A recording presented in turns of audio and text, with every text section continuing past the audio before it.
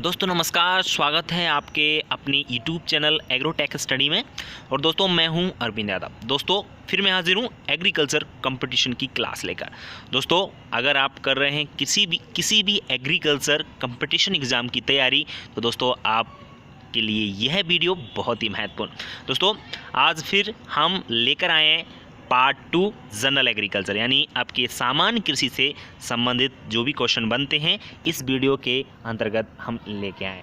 ठीक है दोस्तों अगर आप हमारे YouTube चैनल पर नए हैं तो चैनल को सब्सक्राइब ज़रूर कर लें, और सब्सक्राइब करने के बाद बेल आइकन को दबाना बिल्कुल न भूलें, जिससे आपको नए वीडियो का नोटिफिकेशन समय से मिलता रहे। ठीक है दोस्तों हमारे चैनल एग्रोटेक स्टडी पे आपको पता है हमने ये दूसरी क्लास है, सामान्य कृषि इसमें लेकर आए, जनरल एग्रीकल्चर है। सभी कृषि प्रतियोगी परीक्षाओं के लिए यह आपकी वीडियो बनी हुई है। आप लोग शुरू करते हैं इस वीडियो की। दोस्तों हम जानेंगे सबसे पहले ICAR। आपको पता है कल इसके बारे में थोड़ा सा बताया था मैंने, Indian council of agriculture research इसकी फुल फॉर्म है। पता है आपको, भारतीय कृषि अनुसंधान परिषद इसको बोला जाता है। दोस्तों इसके बारे में कैसे कैसे क्वेश्चन बनते हैं, किस तरीके से आपके एग्ज़ाम में पूछे जाते हैं, उनको हम लेके आए इसमें बात करते हैं। दोस्तों इसकी स्थापना यानी ICAR की स्थापना दोस्तों 16 जुलाई सन 1929 को दिल्ली में की गई थी। ये तो आपको मैंने कल भी बताया था। दूसरा दोस्तों इसके प्रथम महानिदेशक डॉक्टर BP पाल थे। इसके प्रथम महानिदेशक डॉक्टर BP पाल, यानी इनका पूरा नाम है डॉक्टर बेंजामिन पियरे पाल हैं। और ये सबसे पहले दोस्तों महानिदेशक कब बने थे? सन 1965 में बने थे। दोस्तों इसके प्रथम अध्यक्ष मोहम्मद हबीबुल्लाह थे। बिल्कुल, इसके प्रथम अध्यक्ष की हम जब बात करते हैं तो इसके प्रथम अध्यक्ष है आपके मोहम्मद हबीबुल्लाह। किसके? ICAR के। दोस्तों ICAR के प्रथम सचिव बात करते हैं तो दोस्तों ICAR के प्रथम सचिव थे SA हैदरी। क्या थे दोस्तों? कौन थे? सॉरी, SA हैदरी ICAR के प्रथम सचिव थे। ICAR के अध्यक्ष की बात करें तो ICAR के अध्यक्ष कृषि मंत्री होते हैं। कौन होते हैं दोस्तों? कृषि मंत्री। और बात करते हैं हम दोस्तों ICAR के जो वर्तमान अध्यक्ष हैं वो कौन है? तो ICAR के दोस्तों वर्तमान अध्यक्ष हैं श्री नरेंद्र सिंह तोमर। ये आपके पता होना चाहिए आपको, ये अभी कृषि मंत्री हैं। और आपको पता है ICAR के अध्यक्ष कौन होते हैं? कृषि मंत्री होते हैं। अब कृषि मंत्री अभी कौन है? आपको पता ही है, श्री नरेंद्र सिंह तोमर, जो कि आपको पता है मुरैना से आपके सांसद हैं। ठीक है दोस्तों, आगे बात करते हैं ICAR के वर्तमान DG, यानी अभी जस्ट बात करते हैं वर्तमान DG यानी डायरेक्टर जनरल। अब हिंदी में इनको महानिदेशक कहा जाता है। अभी जो ICAR के महानिदेशक हैं उनका नाम क्या है दोस्तों? ध्यान रखना चाहिए, इंपॉर्टेंट क्वेश्चन है। जितने भी पॉइंट मैंने इसमें लिए हैं वो हैं त्रिलोचन मोहपात्रा सन 2016 से ICAR के DG बने हुए हैं। ठीक है दोस्तों, तो ये हैं आपके ICAR से संबंधित क्वेश्चन जो अक्सर आपके कंपटीशन एग्रीकल्चर जो एग्ज़ाम होते हैं उनमें पूछे जाते हैं। ठीक है दोस्तों, बात करते हैं नेक्स्ट है दोस्तों IARI, Indian agriculture research institute. दोस्तों ये आपको पता है एग्रीकल्चर का हेड है ICAR आपकी जो भी पढ़ाई से संबंधित होता है उस पर पूरा फोकस करता है। और जो IARI है दोस्तों ये आपका किस पर फोकस करता है? IARI जितना भी आपके एग्रीकल्चर की जो यूनिवर्सिटी हैं, आपकी विश्वविद्यालय हैं, वो कृषि से संबंधित जो भी आपकी चीज़ें हैं उन सब चीज़ों पर फोकस करता है आपकी IARI, Indian agriculture research institute. दोस्तों ये हेड है आपका एग्रीकल्चर का। बात करते हैं इसके बारे में। इसकी स्थापना सन 1905 में समस्तीपुर, एक जिला है आपको पता है, समस्तीपुर बिहार में की गई थी। किसकी? IARI की स्थापना, ध्यान रखें, 1905 में बिहार। इसका हिंदी नाम तो पता ही होगा आपको, भारतीय कृषि अनुसंधान संस्थान। एग्रीकल्चर संबंधित पूरे आपके रिसर्च जो होती हैं ना वो यहीं पे होती हैं। नेक्स्ट है दोस्तों इंपीरियल से इंडियन नाम सन 1947 में किया गया। बिल्कुल एक चीज़ ध्यान रखना, इंपीरियल दोस्तों IARI जब बना था सन 1905 में तो इंडियन की जगह इंपीरियल था। क्या था? जो आपकी इंडियन आगे लगा हुआ है, इंडियन एग्रीकल्चर रिसर्च इंस्टीट्यूट है ना, इसका नाम पहले इंपीरियल एग्रीकल्चर रिसर्च इंस्टीट्यूट था, लेकिन इसको बदल दिया गया। कब बदला? सन 1947 में इसमें चेंज किया गया, नाम क्या कर दिया गया? इंडियन। नेक्स्ट दोस्तों, बिहार से दिल्ली सन 1936 में स्थानांतरित इसको किया गया था। बिल्कुल बिहार में था, आपको पता है वहाँ पर भूकंप आया सन 2000 उसी समय जब वहाँ पर भूकंप आया तो समस्तीपुर बिहार का जो बिल्डिंग बना हुआ था IRI का, वो पूरी तरीके से ध्वस्त हो गया। जब ध्वस्त हो गया तो उसको सन 1936 में आपका दिल्ली में इसको ट्रांसफ़र किया गया। कब किया गया? 1936 में, विशेष याद रखना दोस्तों। नेक्स्ट है इसके प्रथम निदेशक। इसके प्रथम निदेशक सन 1905 में कौन बने थे? बेनार्ड कावेंट्री, जो कि विदेशी थे। इनको सबसे पहले आपका IRI का निदेशक नियुक्त किया गया था। नेक्स्ट दोस्तों, प्रथम भारतीय निदेशक। ये तो आपके विदेशी थे। अगर भारतीय निदेशक की बात करते हैं तो IRI के प्रथम भारतीय निदेशक बने थे डॉक्टर V विश्वनाथ। कौन बने थे? डॉक्टर V विश्वनाथ भारतीय निदेशक प्रथम बने थे। नेक्स्ट दोस्तों, इसको सन 1958 में डीम्ड विश्वविद्यालय में शामिल किया गया था। आपके IRI को सन 1958 में किस में शामिल किया गया? तो डीम्ड विश्वविद्यालय सन 1958 में IRI को बना दिया गया था, जब शामिल कर दिया गया था। नेक्स्ट दोस्तों, पूसा। पूसा जो है ना, इसका पूरा नाम ध्यान रखना, fifth United state of America. Pusa का पूरा नाम कई बार पूछा जाता है, बहुत सारे लोगों को पता ही नहीं कि पूसा एक्चुअल में क्या है। Fifth United state of America Pusa की फुल फॉर्म है, ठीक है ना। IRI को वैसे पूसा कहा जाता था पहले, इसलिए उसका नाम यहाँ पे बताना जरूरी था, ठीक है दोस्तों। बात करते हैं आगे कृषि संबंधित कुछ महत्वपूर्ण दिवस, जो दोस्तों आपके एग्रीकल्चर एग्जाम में कई बार इनको पूछा जाता है, तो हम इनको जानते हैं दोस्तों। 15 मार्च को विश्व उपभोक्ता दिवस मनाया जाता है। विश्व उपभोक्ता दिवस कब मनाया जाता है? ध्यान रखना, 15 मार्च को विश्व उपभोक्ता दिवस मनाया जाता है। 21 मार्च दोस्तों, 21 मार्च को विश्व वन दिवस मनाया जाता है। विश्व वन दिवस कब होता है? ध्यान रखना, आपका वर्ल्ड फॉरेस्ट डे 21 मार्च को मनाया जाता है।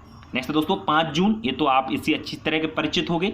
5 जून को विश्व पर्यावरण दिवस होता है। विश्व पर्यावरण दिवस यानी वर्ल्ड इन्वायरमेंटल डे कब होता है? 5 जून को। नेक्स्ट दोस्तों, 11 जुलाई, ये तो आप सब जानते होंगे, वर्ल्ड पॉपुलेशन डे होता है, यानी विश्व जनसंख्या दिवस कब मनाया जाता है? 11 जुलाई को। सिंपल है। तो 16 जुलाई इंपोर्टेंट है। 16 जुलाई दोस्तों ICR स्थापना दिवस, मैं आपको बता चुका हूं कई बार, 16 जुलाई को ICR का स्थापना दिवस मनाया जाता है। नहीं तो दोस्तों 16 सितंबर को ओजोन दिवस मनाया जाता है। कौन सा डे मनाया जाता है? ओजोन दिवस। ओजोन आप सब अच्छी तरह जानते होंगे, ये आपके वायुमंडल में पाई जाती है। ओजोन एक लेयर होती है, तो उसका एक दिवस भी मनाया जाता है 16 सितंबर को, ठीक है दोस्तों। नेक्स्ट 16 अक्टूबर, जो कि बहुत महत्वपूर्ण पॉइंट है दोस्तों, पूछा जाता है कई बार कि 16 अक्टूबर को कौन सा दिवस मनाया जाता है, या ऐसे पूछ सकते हैं कि विश्व खाद्य दिवस कब मनाया जाता है। तो विश्व खाद्य दिवस कब मनाया जाता है? 16 अक्टूबर को आपका वर्ल्ड फूड डे जिसको बोलते हैं, वो आपका मनाया जाता है। 23 सितंबर दोस्तों बहुत इंपॉर्टेंट है ये भी, 23 सितंबर को किसान दिवस मनाते हैं। किसान दिवस कब मनाया जाता है? विशेष याद रखना है, 23 दिसंबर को किसान दिवस मनाया जाता है। दोस्तों ये थे आपके कृषि से संबंधित महत्वपूर्ण डे। बात करते हैं आगे, बहुत इंपॉर्टेंट है दोस्तों ये भी, कृषि में राजा बारानी। देखो कितना महत्वपूर्ण है, आपको पढ़ने में भी बड़ा मजा आएगा और आप इनको अच्छी तरीके से याद करें। अनाजों का राजा दोस्तों, अनाजों का राजा गेहूं को कहा जाता है। अनाजों का राजा किसे कहा जाता है? गेहूं जो है वो अनाजों का राजा होता है। दोस्तों अनाजों की रानी की बात करें तो अनाजों की रानी मक्का को कहा जाता है। अनाजों की रानी किसे कहा जाता है? मक्का को कहा जाता है। दोस्तों नेक्स्ट है फलों का राजा। तो फलों का राजा आम को कहा जाता है। आम जो होता है ना, उसे आपका क्या कहा जाते हैं? ध्यान रखें, किंग ऑफ फ्रूट्स, फ्रूट का राजा या फलों का राजा आम को। फलों की रानी लीची को कहते हैं। इसमें बहुत सारे लोगों को थोड़ा सा कंफ्यूजन रहता है। लीची भी है, दूसरा एक और फल होता है उसको ध्यान रखना, मैंगो स्टीन, यहाँ पे मैं लिखना भूल गया हूँ। तो लीची और मैंगो स्टीन दोनों में से दोनों सही है, उसे फलों की रानी कहा जाता है। ठीक है दोस्तों। नेक्स्ट है आपका शुष्क फलों का राजा। तो शुष्क फलों का राजा बेर को कहा जाता है। शुष्क यानी सूखे वाले क्षेत्रों में जो फल उगता है वो है बेर। ये सूखे क्षेत्र में भी हो जाता है अच्छी तरीके से, इसलिए वहाँ का राजा इसको कहा जाता है। नाम याद रखना, बेर। शीतोष्ण फलों का राजा, शीतोष्ण शब्द ठंडे जहाँ पर होता है, ठंड की बात करें तो उसको सेब यानी एप्पल को आपको पता है शीतोष्ण फलों का राजा कहा जाता है। Tropical king of tropical fruits कह सकते हैं तो सेब को कहा जाता है। ठीक है दोस्तों, एप्पल को। नेक्स्ट है मसालों का राजा, स्पाइसेस, किंग ऑफ स्पाइसेस कह सकते हैं। तो किंग ऑफ स्पाइसेस का जो राजा होता है, आप कह सकते हैं मसालों का राजा काली मिर्च होती है। कौन होती है? काली मिर्च को मसालों का राजा कहा जाता है। मसालों की रानी की बात करें तो मसालों की रानी दोस्तों छोटी इलायची को बोलते हैं। किसको बोला जाता है? छोटी इलायची को मसालों की रानी बोला जाता है। सब्जियों की राजा की बात करें दोस्तों तो सब्जियों का राजा आलू को बोला जाता है। आलू को क्या बोला जाता है? आपका king of vegetables. King of vegetables आपका आलू है। सब्जियों की रानी यानी क्वीन ऑफ वेजिटेबल्स, सब्जियों की रानी भिंडी को बोला जाता है। किसको बोला जाता है दोस्तों? भिंडी को आपकी सब्जियों की रानी कहा जाता है। नेक्स्ट है दोस्तों तेलों का राजा, आपका ऑयल सीड क्रॉप्स जो होती है ना, उनका जो किंग है वो कौन है? आपका मूंगफली, यानी आपका ग्राउंड नट को तेलों का राजा बोला जाता है। क्या कहा जाता है दोस्तों? तेलों का राजा मूंगफली। दूसरे ध्यान रखें, कभी कभी सरसों भी होता है, तो ध्यान रखें आप लोग, सरसों को भी याद रखें। कभी ऑप्शन में मूंगफली नहीं आता है तो आप लोग सरसों पर टिक कीजिएगा। नेक्स्ट है दोस्तों तेलों की रानी, तो तेलों की रानी तिल को कहा जाता है। तिलों की रानी किसको कहा जाता है? तिल जो होता है ना, तिली जिसको बोलते हैं, इसके लड्डू बनते हैं जनरली, आपको मालूम होगा, तो उसको तेलों की रानी कहा जाता है। दोस्तों फूलों की राजा की बात करें, किंग ऑफ फ्लावर्स, तो फूलों का राजा गुलाब को कहा जाता है, यानी रोज जो होता है ना उसको फूलों का राजा कहा जाता है। नेक्स्ट है दोस्तों फूलों की रानी, तो फूलों की रानी गुलदाउदी को कहते हैं। किसको कहते हैं? गुलदाउदी, या कह सकते हैं इंग्लिश में क्राइसैंथेमम को फूलों की रानी कहा जाता है। दोस्तों नेक्स्ट है दलहन का राजा, तो दलहन का राजा चना को कहा जाता है और दलहन की रानी मटर को कहते हैं। दोस्तों ये थे कृषि में राजा व रानी। बात करते हैं आगे नेक्स्ट, कृषि से संबंधित घोषित महत्वपूर्ण वर्ष। बिल्कुल, कुछ एग्रीकल्चर से संबंधित महत्वपूर्ण आपके इंपोर्टेंट जो ईयर हैं उनको घोषित किया गया है, तो उनको मैं लेकर आया हूं। इंपोर्टेंट है, कई बार पूछा जाता है इनसे क्वेश्चन। सन 2004 की बात करें तो इसको अंतर्राष्ट्रीय चावल वर्ष घोषित किया है। 21 आधार पर किए जाते हैं, जिसका प्रोडक्शन कैसे, पहले जो आपका प्रोडक्शन रखा जाता है कि इतना प्रोडक्शन हमको करना है, जब उस प्रोडक्शन से भी अधिक प्रोडक्शन हो जाता है तो उसको उसका वर्ष घोषित कर दिया जाता है। तो इंटरनेशनल राइस ईयर जो है ना वो कौन सा है? 2004।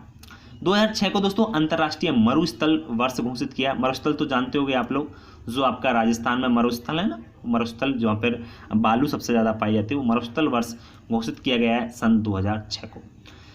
सन 2007 की बात करते हैं। 2007 को दोस्तों अंतर्राष्ट्रीय जल वर्ष घोषित किया गया है। कब? 2007 को अंतर्राष्ट्रीय जल वर्ष घोषित किया गया है। सन 2008 की बात करें तो 2008 को दोस्तों अंतर्राष्ट्रीय आलू वर्ष घोषित किया गया है। सन 2009 को अंतर्राष्ट्रीय रेशा वर्ष घोषित किया। रेशा यानी फाइबर्स जो है ना, फाइबर्स क्रॉप्स होती हैं, उसका प्रोडक्शन हाईएस्ट होने के कारण सन 2009 को अंतर्राष्ट्रीय रेशा वर्ष घोषित किया गया। सन 2010 की बात करें दोस्तों, सन 2010 को अंतर्राष्ट्रीय जैव विविधता वर्ष कहा जाता है। जैव विविधता, बायोडाइवर्सिटी वर्ष कह सकते हैं, वो घोषित किया गया। दोस्तों सन 2011 को अंतर्राष्ट्रीय वन वर्ष एवं सन 2012 को अंतर्राष्ट्रीय सहकारिता वर्ष घोषित किया। दोस्तों ये थे आपके कुछ वर्ष। बात करते हैं आगे नेक्स्ट, जो कि बहुत ही महत्वपूर्ण है आपके दोस्तों, विभिन्न फसलों में तेल की मात्रा को बात करते हैं। आपको इंपोर्टेंट है दोस्तों, तेल की मात्रा, जैसे नारियल में 60% ऑयल पाया जाता है। कितना प्रतिशत? नारियल में 60% ऑयल यानी तेल की मात्रा पाई जाती है। तिल तो जानते हो, तिल में 46 से 52% ऑयल की मात्रा पाई जाती है। दोस्तों मूंगफली यानी ग्राउंड नट में 45% तेल पाया जाता है। मूंगफली में जो होता है आपका रिफाइंड तेल आता है, आपका सोयाबीन से भी आता है, मूंगफली से भी आता है, तो इसमें लगभग 45% आपका तेल की मात्रा पाई जाती है। दोस्तों अंडी आप बात करें तो अंडी में लगभग 35 to 58% आपका ऑयल पाया जाता है। 35 से 58% आपका तेल रहता है अंडी में। अलसी, सब लोग नहीं जानते होंगे अलसी के बारे में। अलसी एक रबी सीजन की फसल है और इसके तने से रेशा भी बनाया जाता है, इसके बीजों से तेल निकाला जाता है और इसके तेल का उपयोग मोस्टली आपको पता होना चाहिए किसके लिए, साबुन बनाने के लिए जनरली, बाकी दवाइयाँ बनाने के लिए इसका उपयोग किया जाता है। तो 37 से 43% इसके बीजों में तेल पाया जाता है। दोस्तों नेक्स्ट है कुसुम, तो कुसुम में 24 से 36% तेल पाया जाता है, इसको साफ्लावर बोलते हैं। सरसों में 33% आपका तेल पाया जाता है दोस्तों, इंपॉर्टेंट है। सूर्यमुखी सनफ्लावर में 32% आपका दोस्तों ऑयल पाया जाता है। सोयाबीन में सब लोग जानते हैं 20% ऑयल पाया जाता है। कितने प्रतिशत? आपका 20% सोयाबीन में ऑयल परसेंट पाया जाता है। तो दोस्तों ये थे आपके विभिन्न फसलों में तेल की मात्रा कितने प्रतिशत होती है, वह क्वेश्चन जो कि सभी महत्वपूर्ण है। अब बात करते हैं तेल वाली फसलों में प्रोटीन की मात्रा। तेल वाली फसलें लेकिन उनमें प्रोटीन कितना कितना पाया जाता है उसको जानते हैं। दोस्तों सोयाबीन सबसे महत्वपूर्ण है। सोयाबीन कई बार पूछा जा चुका है। सोयाबीन में सबसे ज़्यादा प्रोटीन पाया जाता है इसलिए पूछा जाता है, और 42% इसमें आपका प्रोटीन पाया जाता है। तिल में दोस्तों प्रोटीन 18 से 20% रहता है। कितना? 18 to 20% आपका तिल में क्या पाया जाता है? प्रोटीन पाया जाता है। जब हम मूंगफली की बात करते हैं तो दोस्तों ग्राउंड नट में 26% ऑयल रहता है। कितना प्रतिशत? 26% आपका क्या पाया जाता है? प्रोटीन, 26% प्रोटीन पाया जाता है। अलसी में 36% प्रोटीन पाया जाता है, और कुसुम में 40% दोस्तों प्रोटीन पाया जाता है। दोस्तों ये थी आपकी तेल वाली फसलों में पाए जाने वाले प्रोटीन की मात्रा, जो कि आपके लिए बहुत ही महत्वपूर्ण है। ठीक है दोस्तों, आज के लिए इतना ही। कल फिर आपका नेक्स्ट वीडियो लेकर आएंगे। दोस्तों वीडियो कैसा लगा कमेंट बॉक्स में लिखकर जरूर बताएं। अगर वीडियो अच्छा लगता है तो दोस्तों वीडियो को लाइक करें और अपने दोस्तों को शेयर करना ना भूलें। ठीक है दोस्तों, इसी तरह हमारे साथ जुड़े रहिए आपको रोज वीडियो मिलेंगे आपके एग्रीकल्चर कंपटीशन के। दोस्तों आज के लिए नमस्कार।